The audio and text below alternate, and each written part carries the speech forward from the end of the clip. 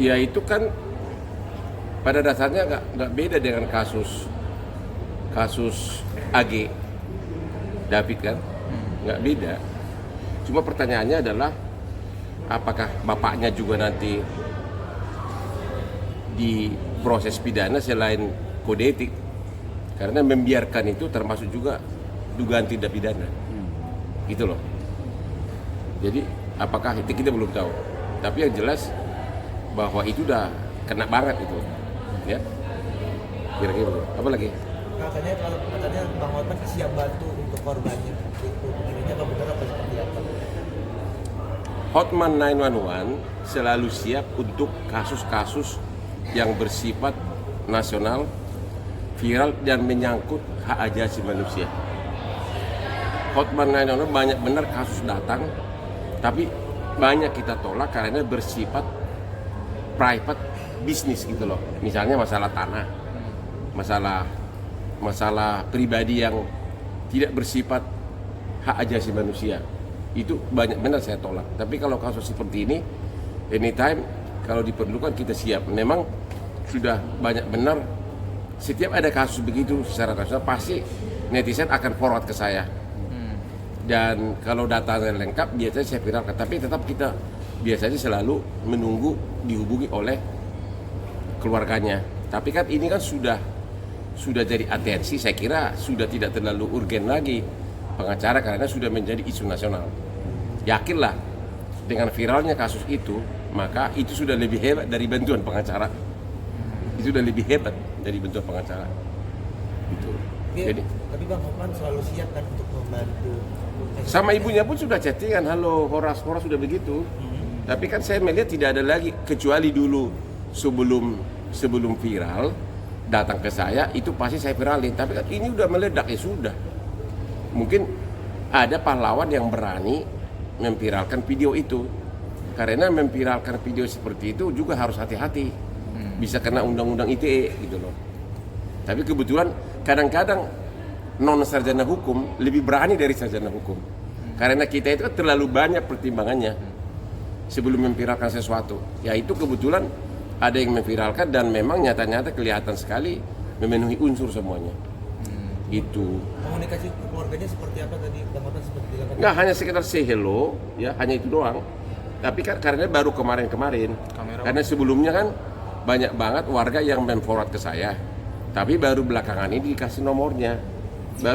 Baru 3 hari ini dapat nomornya, hanya sekedar say hello, nggak ada pembicaraan lebih berupa bantuan lagi karena memang kasusnya kan sudah on the track gitu loh. Sudah mendapat atensi seluruh Indonesia dan itu sudah nggak akan jauh-jauh itu nanti dengan kasus korban David. Ya. Tapi apa kan kalau tadi kan kalau menunggu kan kalau Bang Hotman bilangnya kita hanya menunggu, tapi ada rencana kayak menawarkan nggak sih Bang Hotman? Kita pada dasarnya nggak pernah menawarkan, ya.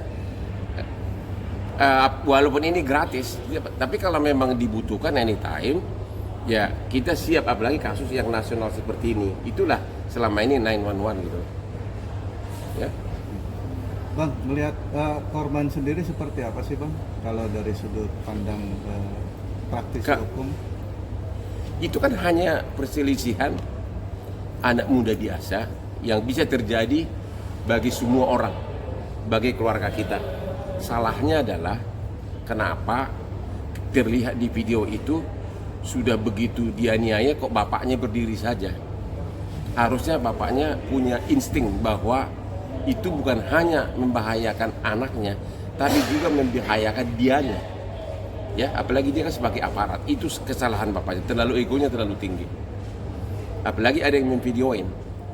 Kalau soal perselisihan itu mungkin masih biasa, tapi dianiaya begitu di hadapan orang tua itu fatal sekali, apalagi dia adalah aparat polisi gitu. Artinya sanksinya sendiri seperti apa Bang? Bakal berat kan? Itu nggak akan beda jauh dengan kasus Dandi. Cuma mungkin karena tidak terlalu parah seperti David, tapi pasalnya juga pasti sama, ya. Cuma kan ini saya udah ke dalam kali ya. Belum. Ya. Lanjut Pak. Ya itu kira-kira ya. Artinya ada pembiaran, adanya kekerasan. Ada penganiayaan dan ada pembiaran. Jadi sebenarnya bapaknya pun bisa kena. Ya. Nah ini yang menarik kan akhirnya sang ayah juga menjadi terlibat di kasus si anak ini. Ya itu, tadi secara kode etik sudah pasti salah. Jangankan sebagai orang tua, sebagai aparat polisi pun kalau melihat ada penganiayaan begitu harusnya dia cegah. Ini anaknya kandung seolah-olah direstui, bahkan katanya disuruh ambil senjata laras panjang segala macam. Jadi secara hukum itu bisa juga itu diproses ke arah pidana untuk bapaknya. Tapi mungkin sekarang ini masih taraf ke arah kode etik. Dan akhirnya si bapak ini diusut oleh pihak yang lain terkait dengan waris kekayaannya. Itu nanti bisa melebar kemana-mana. Artinya kasus-kasus yang tidak wajar nggak ada bedanya dengan Rafael. Nanti kan akan terbongkar semuanya. Ya itulah resikonya. Makanya itulah harusnya bapaknya memikirkan itu. Ya. Bang, sempat abang kaget juga ketika kita berbicara soal David dengan